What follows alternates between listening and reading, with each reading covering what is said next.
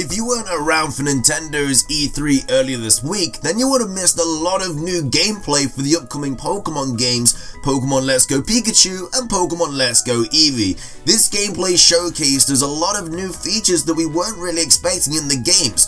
So in today's video, we're going to be going over 10 features confirmed for Pokemon Let's Go Pikachu and Eevee that you may have missed. Don't hesitate to drop a comment down below about the video and if you found it interesting or not. Don't forget to leave a like on this video too to show your support, and to be sure to bring out a new video very shortly.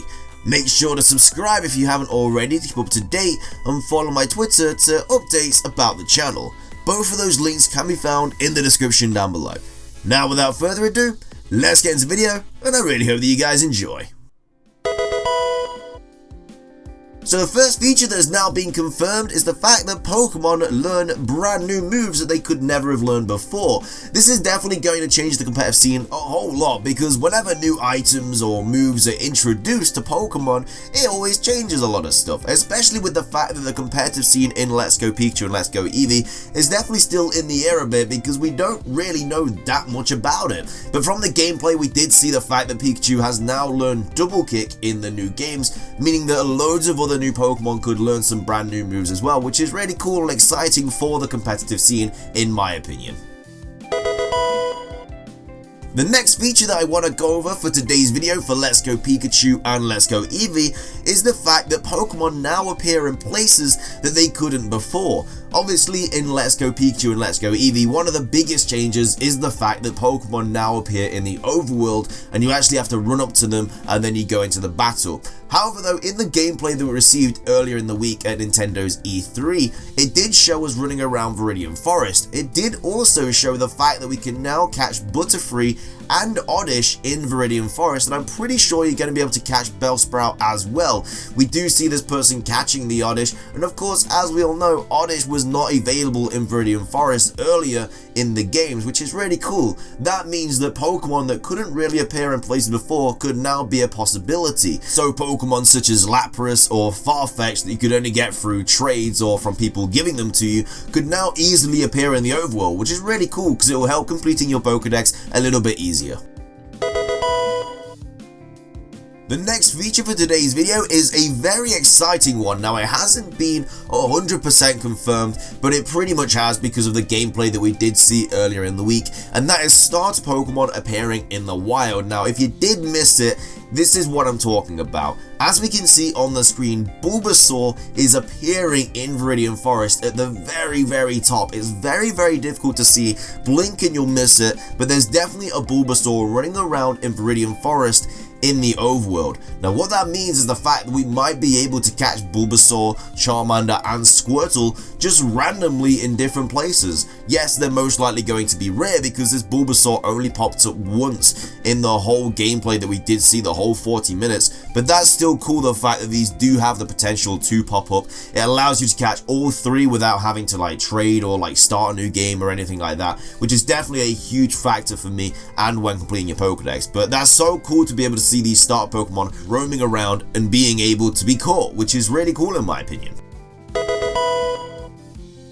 Our next feature is definitely something that will 100% hurt the competitive scene, or at least change it quite a lot for these games, and it is the fact that Pokemon don't have abilities in Pokemon Let's Go Pikachu and Pokemon Let's Go Eevee. Now we know this because of this screen that shows you all the stats, so we can see that there are natures in the game, because obviously the attack is red and everything like that, and obviously the natures do boost a certain stat and then decrease a certain stat, so natures are in the game, but nowhere on the screen do we see abilities. Abilities are a huge thing in the competitive scene. They give Pokemon an edge, they make Pokemon viable. Some Pokemon without abilities are awful, such as like Serperior or something like that. I know they aren't in this game, but Contrary Serperior really helped out. That's just an idea off the top of my head. But as I say, Clefable gets really good abilities in Unaware and Magic Guard. They won't be a thing now because there's no abilities in Let's Go Pikachu and Let's Go Eevee. So what happens to all these Pokemon? Is competitive just not going to be competitive anymore? We really don't know,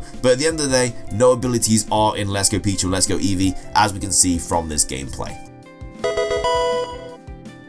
Our next feature confirmed for the new Pokemon games Let's Go Pikachu and Let's Go Eevee are small Pokemon quests. Now we did get this in the Sun and Moon games and Ultra Sun and Moon, and I thought it was a really good idea, and I'm really glad they're back in Let's Go Pikachu and Let's Go Eevee.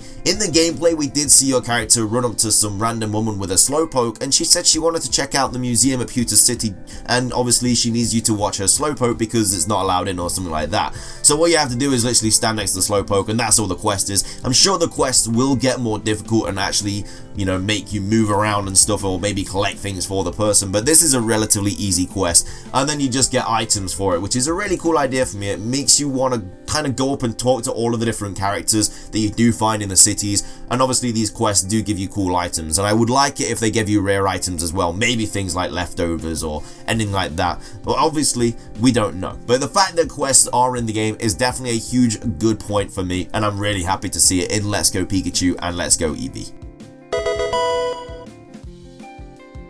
Our next brand new feature for Pokemon Let's Go Pikachu and Let's Go Eevee is the fact that there is a brand new rival. This brand new rival is known as Trace and is said to be a much less confrontational rival. Actually someone that helps you out and gives you free stuff throughout the games, which is cool.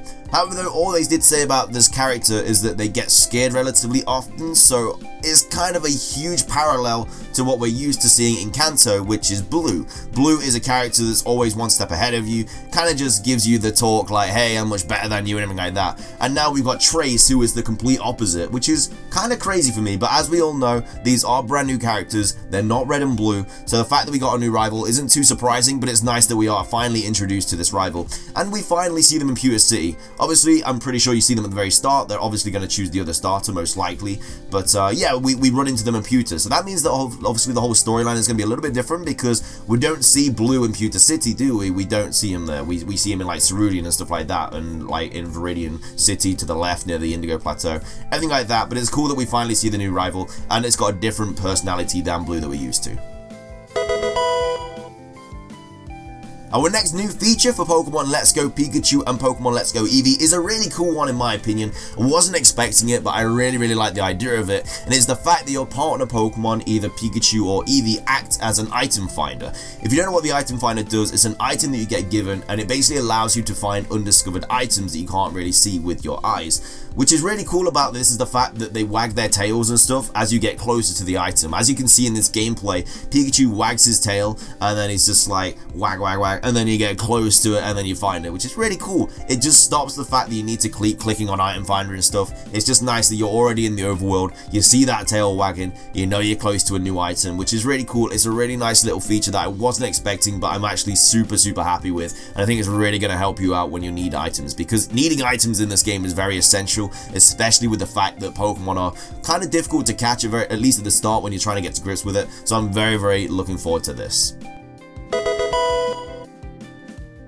Our next feature to go over for Pokemon Let's Go Pikachu and Let's Go Eevee is the fact that the games use the old red and blue music, which is super cool because it's very nostalgic for me. It's obviously updated a little bit, but as you can hear in a second, it sounds really cool. I'm just going to play it a little bit for you right now, and you guys can listen for yourself.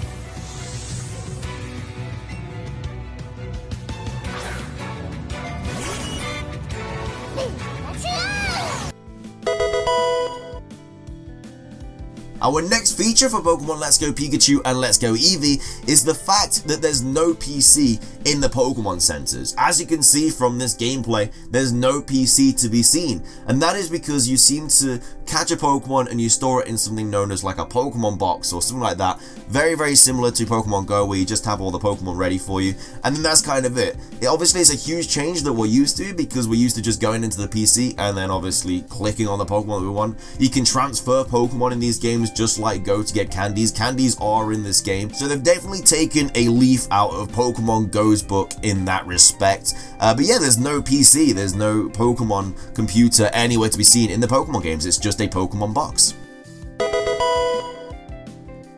Finishing things off though is the last feature that has been confirmed for Pokemon Let's Go Pikachu and Pokemon Let's Go Eevee is the fact that EVs are still in the game, they're just in candy form. So we're not sure about IVs, but we are in EVs. As you can see on your screen right now, there's loads of different EV like candy that you can use, and it gives your Pokemon boosts in those certain stats. So it is kind of still cool that there is some sort of competitive in the games. Yeah, there's no ranked battles, there may be no IVs, there's no abilities, what have you, but the fact that EVs are still in the game gives some people a competitive edge. It kind of separates the competitive players from the not so competitive players, which is really cool in my opinion, and it looks quite easy to EV train as well. You just give them these candies. I'm not sure how you do get these candies, you probably just find them or whatever, or have to do certain things for them, but it's really cool to get them, and I'm really happy with the fact that EVs are still in the game.